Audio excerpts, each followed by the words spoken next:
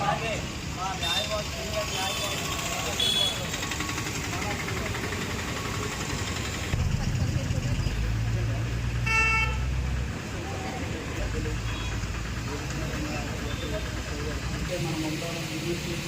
కార్మికులు ఏమేమి చేయాలి, కార్మికులు ఏదైనా ఏ చట్టాలు ఉన్నాయి అది చెప్పడానికి బాధ్యతే మాది.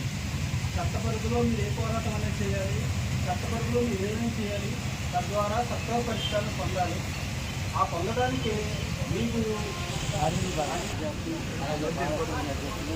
మా సహచర న్యాయవాదులకు అలాగే సతీష్ గారికి ఎస్ఐ గారికి ముఖ్యంగా ఈ యొక్క రోజు యొక్క ఈ కార్మిక నాయకులందరూ కూడా అభివృద్ధి చెందిన శ్రీకాకుళం ప్రాంతంలో వేతన తగ్గింపులకు వ్యతిరేకంగా